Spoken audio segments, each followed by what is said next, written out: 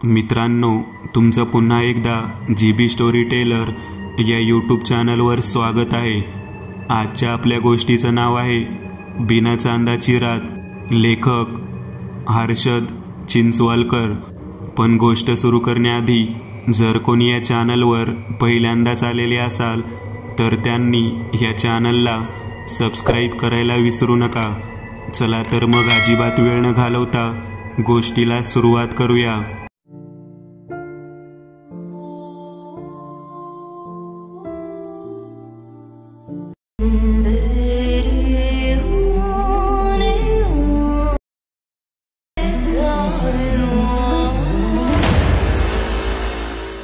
एक नामांकित खाजगी कंपनीचा दिवसच बॉसच्या झापण्याने आणि झापले म्हणून बॉसला शिव्या घालण्याने होत असतो। मुंबई म्हणजे स्वप्ननगरी। भारताच्या कानाकोपऱ्यातून येथे प्रत्येकजण आपल्या पोटाची खळगी भरण्यासाठी येत असतं। दर्शन कदम, दीपेश कानडे, देवा कनोजिया हे देखील यातलेच एकमेकांचे गोटीयार। संपूर्ण ऑफिसमध्ये DK3 या टोपण नावे ही त्रयी ओळखली जायची। प्रत्येकाचा स्वभाव, विश्वास आणि विचार तीन टोकाला, तरी देखील एकमेकांचे घट्ट मित्र। हे तिघं आपसातच लग्न करणार आहेत असे गमतीने त्यांना चिडवले जायचे, पण याचा त्या तिघांना काडी मात्र फरक पडत नव्हता। दर्शन कदम असल कोकणातला, कोकणात रवले नावाचे त्याचे गाव। 10वी पर्यंतचे शिक्षण गावाला झाल्यानंतर कोल्हापूरला टेलिकॉम इंजिनियर झाले आणि गेले 4 वर्ष या खाजगी कंपनीत कामाला होते। दीपेश कानडे देशावरील अगदी खानदानी देशस्थ, डोक्यावर स्वतःच्या पूर्वजांनी पॅराशूटची कंपनी स्थापन केल्यासारखे डोक्यावर तेल थापायचे। अगदी सुनामीतही हलणार नाहीत इतके चापून केस विंचरायचा। मद्य म्हणजे दारू हे विष आहे आणि आपण जन्माला आलेलो असतोच विषाची परीक्षा घ्यायला, असे काहीसे तत्वज्ञान मांडून जास्तीत जास्त 3-4 पेगची यांची मजल जाई, मग मात्र यांना आवरणे कठीण होऊन बसायचे। मुळात एखाद्या चंपकप्रमाणे राहणारी ही व्यक्ती दारू पितो हे म्हणजे साबुदाण्याच्या खिचडीला मटणाची फोडणी दिल्यासारखे आहे। देवा कनोजिया ही राजपूत रक्त, याच्या 5 पिढ्या मुंबईत वाढलेल्या, त्यामुळे मराठी भाषा अगदी एखाद्या कोकणस्थाला लाजवेल अशी बोलायचा। घरातील अर्ध्याहून अधिक धंद्यात, पण हा टेलिकॉम इंजिनियर आजोबाच्या हट्टापायी झाला। तर असे हे 3 DK गेला महिनाभर बाहेर जायचा प्लॅन आखत होते। त्या दिवशी दिप्या म्हणजे दीपेश नेमका उशीर आला। त्याचे नशीब एवढे वाईट की बॉस अगदी स्वागताला उभे असल्यासारखेच समोर उभा ठाकला। दीपेश सर, दमून आला असाल, पाणी वगैरे आणून देऊ का? आल्या आल्या बॉसने सारख्याजम मारला। सर, ते थोडे ट्रॅफिक होतं म्हणून। खाली मान घालून दीपेश म्हणणे मांडायचा प्रयत्न करणार इतक्यात बॉसचा आवाज वाढला। मी माझ्यासाठी वेगळा फ्रीवे काढलेला नाही, मी देखील त्याच रस्त्यावरून येतो। ट्रॅफिक लागणार याची कल्पना असताना देखील तुम्ही घरून उशिरा निघाला असणार। पगार 2 दिवस उशिरा दिला तर चालतो का तुम्हाला? आजच्या दिवसाचा संपूर्ण पे कापला जाईल। अकाउंटला तशा सूचना देतो मी। Please go to your work fast. झालं। या दरम्यान बॉसने डझनभर अस्सल देशस्थ टाईप शिव्या खाल्ल्या असतील, पण त्या मनातल्या मनात देण्याशिवाय पर्याय नव्हता। सर्व स्टाफ आपल्याकडेच पाहतोय हे दीपेशच्या लक्षात येताच तो झटकन जागेवर आला। PC स्टार्ट करत असतानाच देवाचा मेसेज आला, आज तुझे खोलून येल लागले। दीपेशने पण लगेच सोललेल्या केळाची इमोजी पाठवला। त्याच दरम्यान दर्शन चॅटवर जॉईन झाला। आज असा पण शुक्रवार आहे, चिल मार, विकेंडला मस्त बाहेर जाऊया, बीच साईड, मस्त 2-2 लावू, जिंदगीमध्ये आहे काय अजून? अंगठे वर करून दोघांनी पण अनुमोदन दिले। म्हणजे बॉसची बोलणी एखाद्या पिकनिकला देखील जन्म घालू शकते। जय्यत तयारी झाली। दर्शनचा बाईकचा प्लॅन बासनात गुंडाळला गेला आणि एखाद्या बॅकपॅकर सारखे जाऊया, मिळेल ते वाहन पकडायचे, सोबत टेंट घेऊन हवं तिथे रात्री पसरायचं. भूक लागली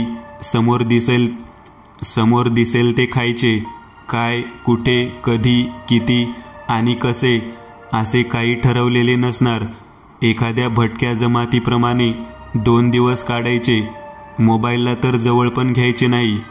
वाव दिप्या, भारी आयडिया शोधली रे. एवढे चापून केस का विंचरतो कळले मला. डोक्यातली आयडिया वाऱ्यावर उडणाऱ्या केसासोबत उडून जाऊ नये म्हणून ना. दर्शन दिप्याची खेचायच्या मूडमध्ये होता. अर्थात दिपेशच त्यांचा पोगो होता. कोणी पण यावं आणि चिडवून जावे असा. आता नाही रे, बीचवर 2 पेग जाऊ देत, मग बघ कशी तुझी. दिप्या चांगलाच खवळला. देवा दोघांना पण शांत करून बोलू लागला. देख भाई लोग, मी टेंट एकटा घेणार नाही सारखा. तुम्ही पण हेल्प करा, नाहीतर बाहेर झोपवेन. हो रे भाई, पण मला सांग, जागा काय आपले बाप ठरवणार का? मला वाटतं आपण काळवण बीचला जाऊ. मी गेल्या वर्षी गेलो होतो. कोण नसते तेथे जास्त. मस्त खाऊ पिऊ धमाल करू. झालं. देवाच्या डोक्यातून निघालेला काळवण बीच तिघांनी फायनल केला. सोबत कोणतीही गाडी घ्यायची नाही असे ठरल्याने सहज पोचता येईल आणि आजूबाजूला फिरण्यासाठी वाहने लगेच उपलब्ध होतील अशा दृष्टीने काळवण बीच एक योग्य जागा होती असे नाही, पण त्याच्या 12-13 किमी अलीकडे असणारा लावथळ बीच तसा काहीसा गजबजलेला. काळवणकडून जाणारा रस्ता थेट तालुक्याच्या गावी जातो, म्हणून एसटीची काय ती तासाभराला सोय होती. झालं. तिघं पण ट्रेनने निघाले. तालुक्याच्या गावी पोहोचून काळवणला येणारी एसटी पकडली. रस्ता पोटातलं नुकतंच खाल्लेलं झटक्यात जिरवणारा असाच. खड्ड्यात डोलणारी एसटी धड बसू देत नव्हती. त्यामुळे एसटीत झोपायचा विचार पण तिघांच्या मनात आला नाही. आपली गाडी आणली असती तर असं देखील काहीदा तिघांच्या मनात येऊन गेलं, पण अंगात बॅकपॅकर बनायची खाज असल्याने आता ते धक्के आणि आपटणे सहन करण्याशिवाय पर्याय नव्हता. देवा अधिक वैतागला आणि त्याने बाजूला असणाऱ्या एका गावकऱ्याला विचारले, मामा, ते काळवण कितीसं लांब आहे हो अजून? काळवंडात कुणीकडं? पान सुपारीच्या लाल थराने भरलेले दात विस्कटून म्हातारा बोलू लागला, कोणाकडे नाही. ते आज रात्री आम्ही किनाऱ्यावरच राहणार आहे. जेवणाची सोय आहे का काही आजूबाजूला? देवा विचारू लागला. दर्याजवळ कशाच राहत आहो? राहिला तरी पाण्यात उतरू नका. आज बिनाच्या अंदाची रात आहे. म्हातारा बोलत होता आणि देवा ऐकत होता. चला, काळवणवाले तयार राहा. मास्तरांनी एकसुरी आवाज दिला. तिघेही आवरून तयार झाले. एखादा तरी गावकरी आपल्या सोबत उतरेल असे वाटत होते, पण येतेही हे तिघच. मायला दिप्या, जेवणाचा आणि चिकनचा सामान तालुक्याला घेतलं ते बरं झालं. येथे ते म्हातारं सांगत होतं की आजूबाजूला काहीच नाही. नि बिना चांदीची रात का काय ते पण म्हणत होता. देवा सांगत असताना दर्शनने बिना चांदीची रात हा शब्द तेवढा ऐकला. आज बिना चांदाची रात आहे आणि बीचच्या आसपास पण काही नाही. भाई, लावतळला मारूया टेंट, येथे नको. कदमांना गावाच्या कथांचा अनुभव चांगलाच असावा म्हणून कदाचित हातभर फाटली असावी. त्या म्हाताऱ्याला नाही काम, मी नाही ऐकलं त्याचं. आमोसेची भरती असेल म्हणून पाण्यात नको उतरू बोलला असेल. छोड ना यार, ही जागा एखाद्या स्वतंत्र जगासारखी वाटत आहे. येथे फक्त आपलंच राज्य. असा मोका नाही मिळत यार सारखा सारखा. देवा येथेच राहायचा पक्का विचार करून होता. चल भाई, टेंट मार, तोपर्यंत आम्ही लाकडं आणतो चूल बनवायला. एवढं बोलून देवा आणि दिपेश लाकडं आणायला गेले. येथे दर्शन एकटाच पडला होता. बिना चांदाची रात, एवढे शब्द त्याच्या डोक्यात घुटमळत होते. भर गारव्यात त्याला घाम फुटला होता. टेंट लावून झाल्यानंतर तो काही काळ आत झोपी गेला. बाहेर दिपेश आणि देवाची कुजबूज ऐकायला येत होती. एसटीत बसलेल्या दणक्यांनी पाठ दुखत होती. नुकत्या सरलेल्या उन्हाने वाळू चांगलीच तापली होती. वाळूचा मिळणारा उबदार शेक घेताना त्याला उठावेसे वाटत नव्हते. टेंटच्या आत त्याने बॅटरी लावली. उजेडात आता बाहेरच्या सावल्या टेंटच्या कापडावर स्पष्ट दिसत होत्या. 2 व्यक्तींसोबत एक स्त्री बाजूला उभे असल्यासारखी सावली त्याला टेंटच्या आतील भागातील कापडावर पडलेली दिसली. आता दिप्या आणि दिनेशसोबत ही कोण बाई, असा विचार करत असतानाच बिना चांदाची रात हे शब्द त्याला आठवले. झटकन उठला आणि टेंट बाहेर डोकावू लागला. बाहेर दीपेश, देवा आणि ती स्त्री देखील नव्हती. होता तो केवळ हवेतला गारवा. मगाशी मला दिसलेले आणि ऐकू आलेले आवाज कोणाचे? का सरणाऱ्या रात्रीसोबत इथले निगेटिव्ह वातावरण अधिक भडक होत चालले आहे? असा विचार करत असतानाच त्याने पाठ पुन्हा खाली टेकवली. मगाशी उबदार असणारी वाळू आता थंडगार पडली होती. आता मात्र तो पुरता गोंधळला. समोरून बॅटरीचा उजेड येत होता. दीपेश आणि देवाची कुजबूज ऐकू येत होती. तो घाबरून परत टेंटच्या आत गेला. बाहेर येऊन दीपेश आणि देवा त्याला हाक मारू लागले. बराच वेळ दर्शन बाहेर यायला मागत नव्हता. अरे ये, आता काय घालतोय का बाहेर, ये. देवाने अगदीच प्रेमात त्याला हाक मारली. भूत शिव्या देत नाहीत. आजी म्हणायची, गावी असं काही दिसलं का थेट गाळी हाणायची. हेच दोघे आलेत. आलो रे, जरा पडलो होतो. मगाशी आला तेव्हा का नाही हाक मारली रे? दर्शनची हिंमत वाढली होती. मगाशी कधी मगाशी? आम्ही तर आता आलोय. भास झाला का की आम्ही येईपर्यंत ढकललीस? देवा बोलत होता. तितक्यात दीपेशने दर्याकडे नजर केली. अरे, या पाण्याचा आवाज असा का येतो आहे मला? कोणीतरी बोलावतोय असा. मला पण येतोय रे. देवाने पण त्याचा आवाज ऐकला असावा कदाचित. अरे माझा ऐका, येथे काहीच धड नाही आहे. मगाशी तुमच्यासोबत एका मुलीची सावली दिसली मला, म्हणून तर विचारले मी. मगाशी आला तेव्हा हाक का नाही मारली? दर्शन त्याचा अनुभव सांगत होता. हाक ऐकण्याच्या नादात तिघं पण समुद्राच्या पाण्याकडे चालू लागले. एक अनाम शक्ती त्यांना त्या पाण्याकडे आकर्षित करत होती. अचानक तिघांची नजर एकाच ठिकाणी स्थिरावली. बिना चांदाची रात म्हणजे अमावस्या, काळाकुट्ट काळोख. पण तिघांची नजर गेली तेथे लख्ख चांदणे पडले होते. एका स्त्रीचे मुंडके केवळ पाण्यावर तरंगत होते. तिघांच्याही डोळ्यात डोळे घालून त्यांना बोलावत होते. तिघांनाही आपल्या नावाचा उल्लेख करत असल्याचा भास होत होता. तिचे डोळे खोलवर गेलेले, लालबुंद, गालाच्या सुरकुत्या काळसर रेघांनी भरलेल्या, केस मोकळे, पाण्यात असूनही कोरडे, वाहणाऱ्या वाऱ्यावर झुलणारे.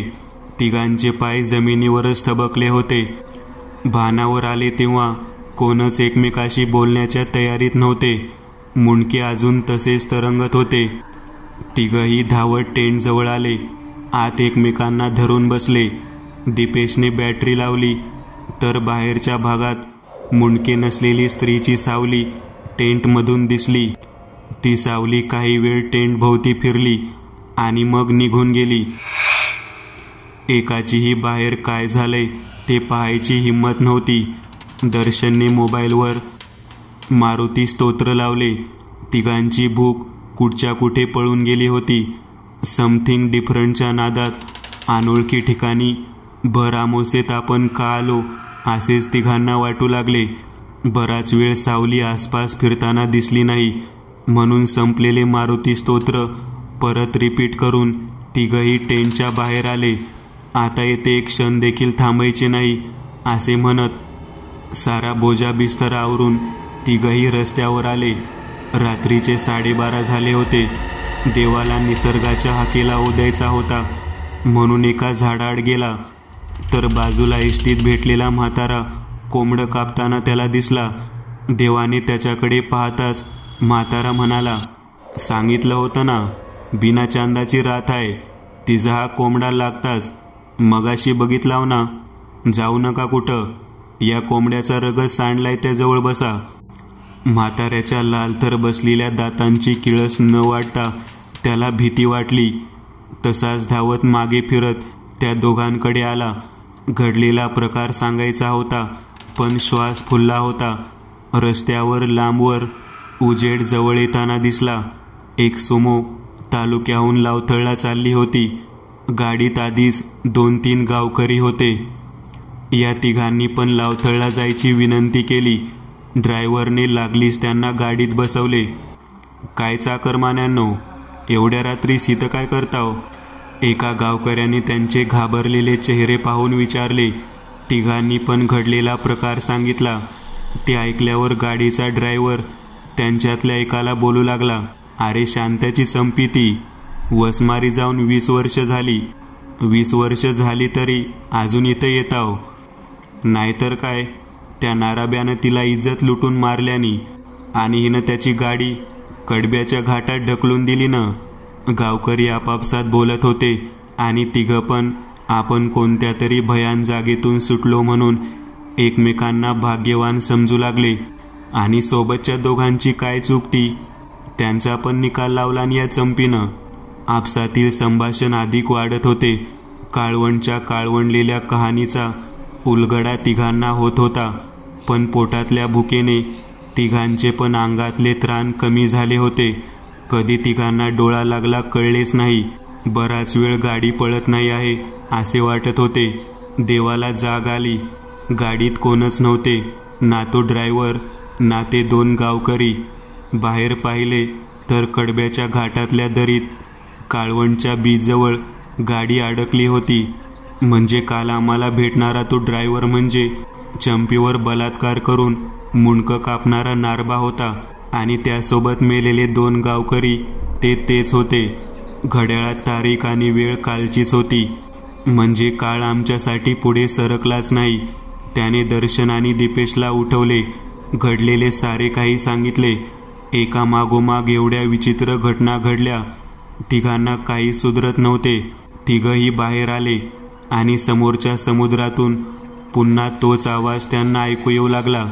या काळचक्राच्या पाशातून वेगळे होणे एवढे सहज शक्य नाही. तिघं काळवंडच्या पाशातून सुटले, पण कडब्याच्या पाशाने त्यांना परत काळवंडला आणून सोडले. मधल्या काळात म्हाताऱ्याच्या रूपात सुरक्षा मिळाली असती, पण काळचक्र जसं फिरेल तसे आयुष्य फिरत असते. खळखळणाऱ्या लाटा, पाण्यावर तरंगणारे ते चंपीचे मुंडके आणि कालचे असूनही न सरलेली ती बिना चांदाची रात आणि ते तिघे काळचक्रात अडकलेले. मुंबईचे 3 तरुण पिकनिकसाठी काळवंड बीचला गेले असता समुद्राच्या मोठ्या भरतीत ते तिघही वाहून गेले असल्याची बातमी मिळत आहे. तिघांचेही मृतदेह शोधायचे काम युद्ध पातळीवर सुरू आहे. दीपेश कानडे, दर्शन कदम आणि देवा कनोजिया अशी तिघांची नावे कळली आहेत. त्या तिघांचा बॉस सुन्न मनाने ही बातमी पाहत काळाच्या चक्राला दोष देत बसला होता. मित्रांनो, आज पुरतं एवढंच. तुम्हाला जर काही गोष्ट आवडली असेल तर नक्की लाईक करा. तुमच्यापैकी बरेचसे जण व्हिडिओ लाईक न करताच पळून जातात. पण हा जर व्हिडिओ तुम्ही लाईक केला तर मला जरा बरं वाटेल आणि असेच भारी भारी व्हिडिओ बनवायची माझ्यात एनर्जी येईल. त्यामुळे नक्की लाईक करा. आणि अजूनही कोणी या चॅनलला सबस्क्राईब केलेलं नसाल तर लगेच सबस्क्राईब करून टाका. आणि बाजूची घंटी ती मात्र दाबायला विसरू नका. देवाची घंटी आहे ती. चला तर मग पुन्हा भेटूया अशीच एक आगळी वेगळी गोष्ट घेऊन पुढच्या